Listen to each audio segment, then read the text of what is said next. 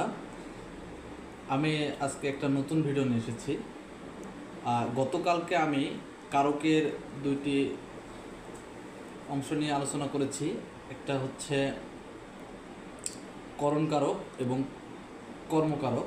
আজকে আমি কারকের আরও দুটি অংশ নিয়ে আলোচনা করব। একটা হচ্ছে অপাদান এবং অধিকরণ। তো অপাদানটা কি জিনিস আগে বোঝাই। দানটা কি? দান আমরা সবাই বুঝি। দান যদি কখনো থাকে বা কখনো যদি আমরা দেখি, তাহলে মনে করবো যে এটা বিয়োগ। মানে তোমার কাছে 10 টাকা আছে বা তোমার কাছে কিছু টাকা আছে, সেখান থেকে তুমি কিছু যদি কাউকে দান করো, তাহলে এটা কি হয়? তোমার কাছ থেকে চলে গেল, তার মানে কি তোমার কাছে এটা বিয়োগ। আমরা ছোটবেলা দেখছি না, পড়ছি না, 10 টাকার থেকে 2 টাকা দিল, 2 টাকা যদি চলে যেতে থাকে কত 8, ওটা কিভাবে বের করি? এটা আমরা বিয়োগ করি নাকি, 10 বিয়োগ 2 সমান 8। তো এটাও তাই। তো অপাদান নির্ণয় করতে গেলে আমরা দেখব যেখানে যে বাক্যটা বলতেছে সেখান থেকে কোনো কিছু চলে যাচ্ছে কিনা। হ্যাঁ, তো এটা যদি বোঝায় তাহলে আমরা বুঝবো যে এটা অপাদান। আর অধিকরণটা হচ্ছে কি? অধিকরণ হবে যোগ। অপাদান যদি হয় বিয়োগ, তাহলে অধিকরণটা আমরা ভেবে নেব যে এটা যোগ বোঝাবে। যেমন একটা উদাহরণ দিই, গাড়িটি ঢাকা থেকে খুলনা গেল। এই যে ঢাকার নিচে আন্ডারলাইন করা আছে, মানে ঢাকা কোন কারক এবং খুলনা কোন কারক, মানে ঢাকা থেকে খুলনা গেল। তাহলে দেখো, ঢাকা থেকে খুলনা গেছে, তো ঢাকা থেকে কি বের হয়ে গেছে, মানে বিয়োগ হয়ে গেছে। আর খুলনা গেল, খুলনা কি? খুলনা মানে কি? খুলনাতে যোগ হয়েছে। তার মানে দেখো, তাহলে ঢাকা এটা কি? বিয়োগ হয়েছে, এবং খুলনা কি? যোগ হয়েছে। তাহলে ঢাকা এটা হবে কি? অপাদান, আর খুলনাটা হবে কি? অধিকরণ কারক, তাই না? আমি একটা করে উদাহরণ দিতে পারি। যেমন মনে করো, গাছে পাতা আছে।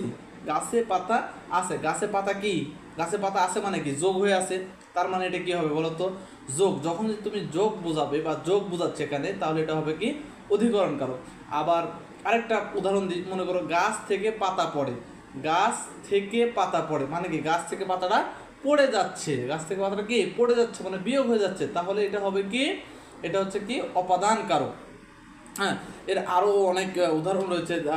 আমরা অপাদান কারক আরও কিছু শব্দ থাকলে চিনতে পারি যেটা অপাদান কারক। যেমন পাপ, ভয়, বিপদ, এগুলো যদি থাকে তাহলে আমরা বা থেকে, এগুলো যদি শব্দের মাঝে থাকে, তাহলে এটা আমরা খুব সহজে নির্ণয় করতে পারি যে এটা একটা কি? অপাদান কারক। যেমন উদাহরণ একটা দিই, বাবাকে বড্ড ভয় পায়। তাহলে ভয় কোন কারক?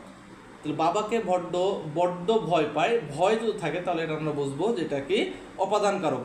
আবার আরেকটা উদাহরণ দিই, লোভে পাপ, পাপে মৃত্যু। তো লোভে পাপ, পাপে মৃত্যু। তো পাপের নিচের টান, মানে পাপটা নির্ণয় করতে বলা হয়েছে, তাহলে এটা কি হবে?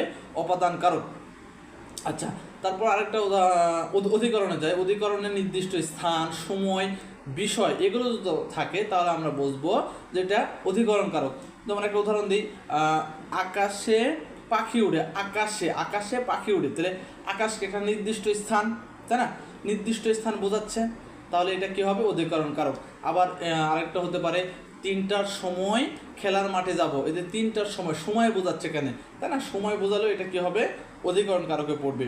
আবার বিভিন্ন বিষয়, বাংলা হতে পারে, ধর্ম হতে পারে। সে বাংলাতে পণ্ডিত। বাংলাতে কোন কারক?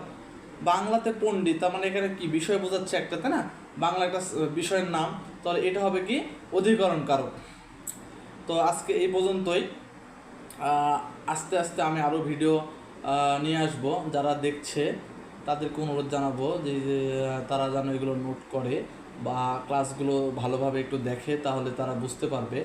আর যাদের বড়রা যারা এই ভিডিওটা দেখছে বা যাদের কাছে যাচ্ছে, তারা আমি বলবো যে তাদের সন্তানকে ভিডিওগুলো একটু দেখানোর জন্য। তাহলে কারকের, আমি এর আগেও একটা কারকের ক্লাস দিয়েছি, আজকেও একটা কারকের ক্লাস দিলাম। ইনশাল্লাহ তাদের উপকৃত একটু হলেও হবে। তো আমি চেষ্টা করব আরও ভালো ক্লাস উপহার দেওয়ার। ঠিক আছে, থ্যাংক ইউ।